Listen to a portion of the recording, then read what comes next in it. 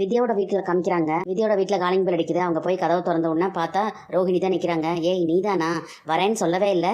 ஏய் பசிக்குதுன்னு நூடுல்ஸ் பண்ணிக்கிட்டு இருக்கேன், நீ சாப்பிட்டியா, உனக்கும் எடுத்துட்டு வரட்டுமா அப்படின்னு சொல்லிட்டு கேட்குறாங்க வித்யா. ரோஹிணி எதுவுமே பேசாமல் அப்படியே பார்த்துட்டு இருக்க. வித்யா வந்து என்னடி பசிக்கலையா, காஃபி வேணா போட்டு எடுத்துட்டு வரட்டுமா அப்படின்னு சொல்லிட்டு கேட்குறாங்க. உடனே ரோஹிணி வந்து ஃபோனை என்ன பண்ண அப்படின்னு சொல்லிட்டு கேட்குறாங்க. ஏன் ஃபோனா சார்ஜ் போட்டிருக்கேன் அப்படின்னு சொல்லிட்டு வித்யா சொல்றாங்க. ஏன் கால் பண்ணியா அப்படின்னு சொல்லிட்டு வித்யா கேட்குறாங்க. நான் அதை கேட்கல, முத்துவோட ஃபோனை என்ன பண்ணேன். அதை கேட்ட வித்யா வந்து அப்படியே ஆஃப் ஆயிடுறாங்க. முத்து ஃபோனா அப்படின்னு சொல்றாங்க. அந்த ஃபோனை நான் கடல்ல தானே போட சொன்னேன், நீ போட்டையா அப்படின்னு சொல்லிட்டு கேட்குறாங்க.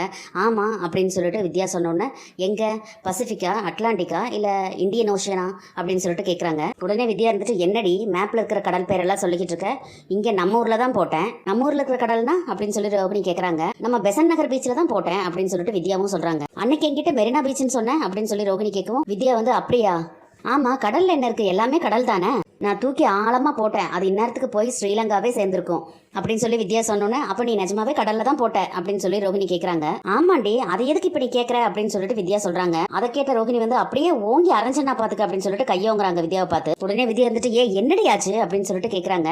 ரோஹிணி வந்து உங்ககிட்ட படிச்சு சொன்னான்ல அந்த போனை கடல்ல தூக்கி போட்டு அது யார் கைக்கு கிடைக்க கூடாதுன்னு சொல்லிட்டு.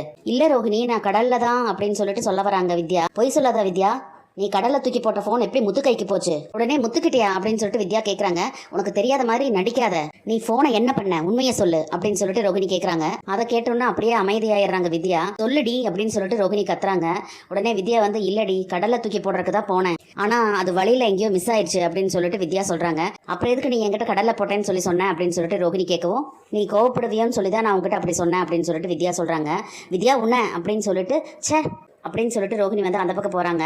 வித்யா வந்து அப்படியே கில்ட்டியா ஃபீல் பண்றாங்க. உடனே ரோஹிணி திரும்பி நீ எல்லாம் எதுக்குமே லாக்கி இல்லடி, சரியான லூசடி அப்படின்னு சொல்லிட்டு சொல்றாங்க ரோஹிணி. கொஞ்சமாச்சும் உனக்கு பொறுப்பு இருக்கா அப்படின்னு சொல்லிட்டு ரோஹிணி கேட்கறாங்க. இல்ல ரோஹிணி, நான் சொல்றத கொஞ்சம் அப்படின்னு சொல்லி வித்யா சொல்ல வரதுக்குள்ள பேசாத வித்யா, என்கிட்டயே போய் சொல்ற இல்ல, ஒரே ஒரு வேலை அதை உன்னால உருப்படியா செய்ய முடியல, உன்னை நம்பி கொடுத்த பாரு, அது ஏன் தப்பு தான், சரியான வேஸ்ட் நீ அப்படின்னு சொல்லிட்டு ரோஹிணி சொல்றாங்க. இந்த மாதிரி ஒரு சின்ன வேலையை கூட உன்னால ஒழுங்கா செய்ய முடியலையா, உனக்கெல்லாம் அறிவு இருக்கா இல்லையா அப்படின்னு சொல்லிட்டு ரொம்ப ஓவராவே பேசிட்டு இருக்காங்க ரோஹிணி. உடனே வித்யா இருந்துட்டு இங்க பாரு ரோஹிணி, தப்பு தான், ஆனா தெரியாம நடந்துருச்சு, அதுக்காக நீ இந்த மாதிரி வார்த்தையெல்லாம் விடாத அப்படின்னு சொல்லிட்டு வித்யா சொல்றாங்க. உடனே ரோஹிணி வந்து ஏய் இப்ப என்ன வார்த்தையை விடாத, தப்பு பண்ணிட்டு பொய் வேற சொல்லிக்கிட்டு இருக்க அப்படின்னு சொல்லி ரோஹிணி சொன்ன உடனே வித்யாக்கு வந்து பயங்கரமா கோவம் வந்துருது. பொய் சொல்றத பத்தி நீ பேசுறியா, இந்த உலகத்திலேயே உன்னை தவிர வேற யாராலையும் இந்த அளவுக்கு பொய் சொல்லி இருக்கவே முடியாது, நீ எத்தனையோ பொய் சொல்ற, நான் அந்த போனை தொலைச்சிட்டதுனால ஒரு பொய் சொல்லிட்டேன், சரி போன் தான் போயிருச்சேன்னு சொல்லி அதோட நான் விட்டுட்டேன், அதுக்கு என்னமோ இப்ப ரொம்ப ஓவரா பேசிக்கிட்டு இருக்க அப்படின்னு சொல்லிட்டு வித்யா கேக்குறாங்க. என்ன நான் வேஸ்ட்னு உனக்கு இப்பதான் தெரியுதா, இதுக்கு முன்னால நான் உனக்காக எவ்வளவோ பண்ணியிருக்கேன், அப்பெல்லாம் வேஸ்ட்னு தெரியலையா அப்படின்னு சொல்லிட்டு வித்யா கேக்குறாங்க. நீ தப்பு செஞ்சுட்டு சமாளிக்காத அப்படின்னு சொல்லிட்டு ரோஹிணி சொல்றாங்க. அட்லீஸ்ட் நீ அதை என்கிட்டயாவது சொல்லியிருக்கணும்ல, நீ பாட்டுக்கு உன் சௌரியத்துக்கு ஏதோ தேவையில்லாத வேலையெல்லாம் செஞ்சுக்கிட்டு இருக்க.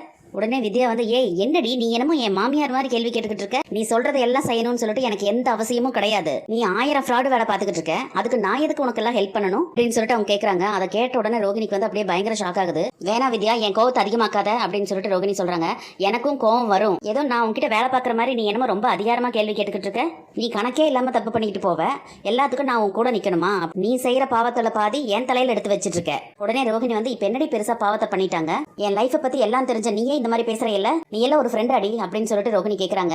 ஏன் இத்தனை நாள் நான் உனக்கு ஹெல்ப் பண்ணும்போது உனக்கு எல்லாம் ஃப்ரெண்டா தெரியலையா, ஏதோ உன்னோட லைஃப்ல தான் பிரச்சனை இருக்கிற மாதிரி பேசிக்கிட்டு இருக்க, உன்ன மாதிரி ஒண்ணு நான் ஒன்னும் பொய் சொல்லிட்டு எல்லாம் சுத்திக்கிட்டு இருக்கல, நீ பண்றது எல்லாமே பெரிய பெரிய தப்பு, இருந்தும் நான் உன் கூட எல்லாத்துலயுமே இருந்தேன், இப்ப சொன்னேன் நான் உன் ஃப்ரெண்டுன்னு அந்த ஒரு காரணத்துக்காக மட்டும் தான், ஆனா நீ என்ன ஃப்ரெண்டா வந்து பாக்கலையே, ஏதோ வேலைக்கு வச்ச ஆள் மாதிரியில வந்து கேள்வி கேட்டுக்கிட்டு இருக்க. உடனே ரோஹிணி இருந்துட்டு வித்யா நீ என்கிட்டயே போய் சொல்லியிருக்க அப்படின்னு சொல்லி சொல்றாங்க.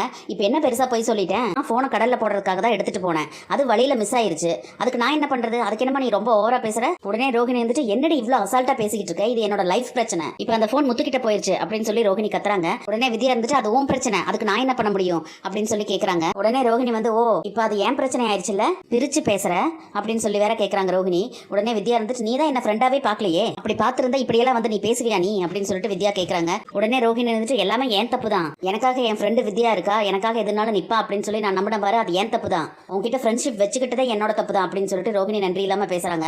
அதை கேட்ட உடனே வித்யா இருந்துட்டு ஹலோ அதை நான் சொல்லணும், நான் சுத்தி இருக்கிற எல்லாத்தையுமே நீ ஏமாத்திக்கிட்டு இருக்க, உன்னோட லைஃபை காப்பாத்துறதுக்காக ஒரு நாள் என்னையும் நீ ஏமாத்தினால ஏமாத்துவ அப்படின்னு சொல்லி வித்யா சொல்றாங்க. அதை கேட்ட உடனே பயங்கர ஷாக்காயி அப்படியே நிக்கிறாங்க ரோஹிணி. ஃப்ரெண்ட்ஷிப்புக்காக தப்புன்னு தெரிஞ்சும் இந்த ரோஹிணிக்காக எல்லா விஷயத்திலயும் சப்போர்ட் பண்ணிட்டு இருந்தாங்க வித்யா. ஆனா தெரியாம நடந்த ஒரு தப்புக்காக ரோஹிணி வந்து இந்த அளவுக்கு மோசமா வித்யாவை பேசுறாங்க. இனிமேலாவது வித்யா வந்து ரோஹிணியோட ஃப்ரெண்ட்ஷிப்பை கட் பண்ணிட்டு ஒழுங்கா இருக்கிறது தான் வித்யாவோட லைஃபுக்கு நல்லது. இனி எல்லாம் நடக்க போகுதுன்னு சொல்லி நம்ம பொறுத்து வந்து பார்க்கலாம் ஃப்ரெண்ட்ஸ். நம்ம வீடியோ பிடிச்சிருந்தா லைக் பண்ணி சப்ஸ்கிரைப் பண்ணுங்க. தேங்க்யூ.